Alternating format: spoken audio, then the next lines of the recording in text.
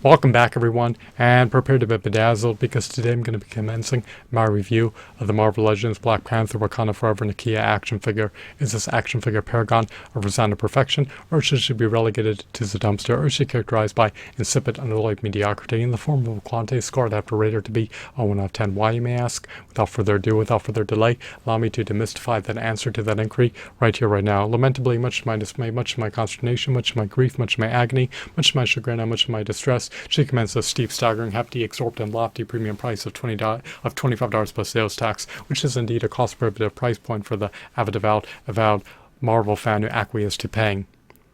The price point is so steep that it is at least 312% higher than the price point of an $8 Topaz Marvel Legends action figure.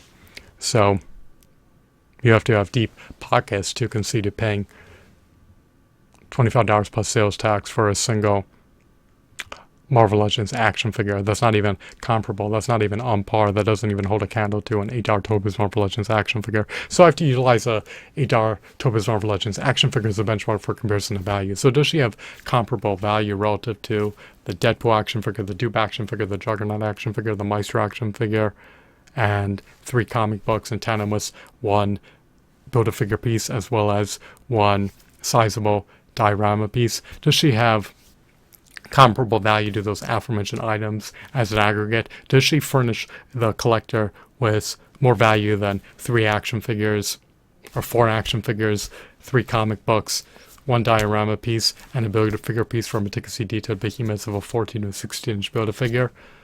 Lamentably, the answer is no.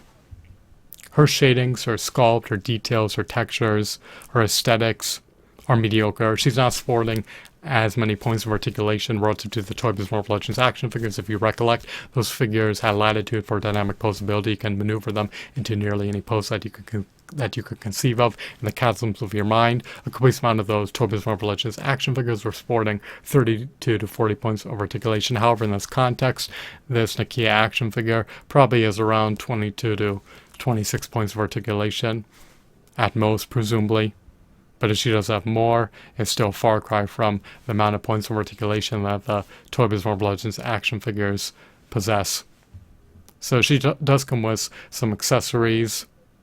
She has some armaments she can wield. She comes with an alternative head as well as alternative hands. So she has 2 sets of hands when you account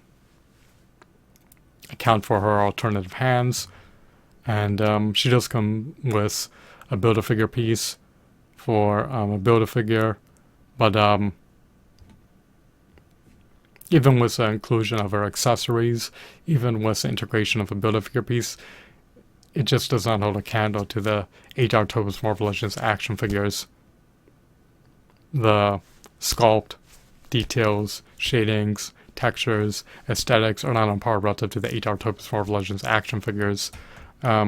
It is a redeeming quality that we get a new figure. It is a redeeming quality that we do get 2 sets of hands. It is a redeeming quality that we get alternative head. It is a redeeming quality that we get a couple armaments as well as a Build-A-Figure piece bundled with her. But for me to vindicate, for me to warrant, for me to justify, for me to merit purchasing this action figure for $25 plus sales tax, we need more Build-A-Figure pieces. We need additional figures wedged in the packaging. We need more armaments to be included in the packaging. We need comic books to be included in the packaging.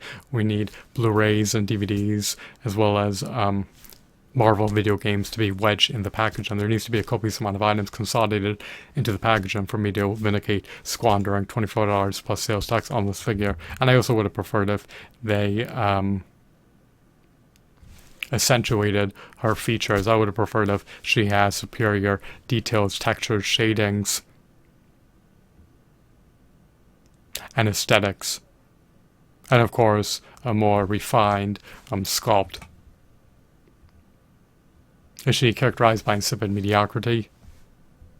Is it unsavory buying this figure for $25? Well, I'm deterred to buy this figure for $25 plus sales tax. Maybe I take heed of buying this figure at the price point of $5 plus sales tax, but right now, as this juncture, as this confluence of time and space, it's a forgone opportunity.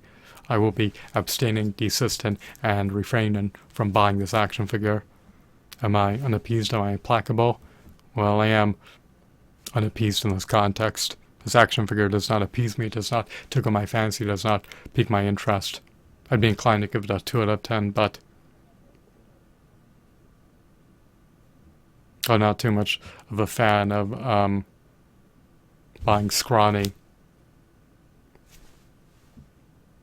lean figures for $25 plus sales tax. If you're going to charge $25 plus sales tax, I want it to be behemoth of an action figure. I want it to be a bulky, chunky, hefty, sizable action figure. He could be pudgy. He could be obese. But if it's going to be a scrawny character, then please furnish me with a discounted price for it to incentivize me, to entice me, to compel me to buy it.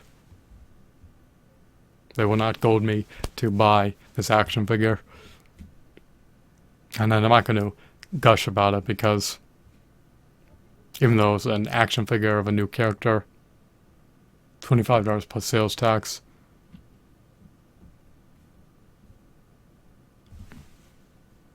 it's too much of a steep price to concede to pay for this single figure. I hope that you found this video to be enthralling, captivating, mesmerizing, amusing, entertaining, and I hope that you were regaled, bedazzled, and engrossed in the epicness. Thanks for watching.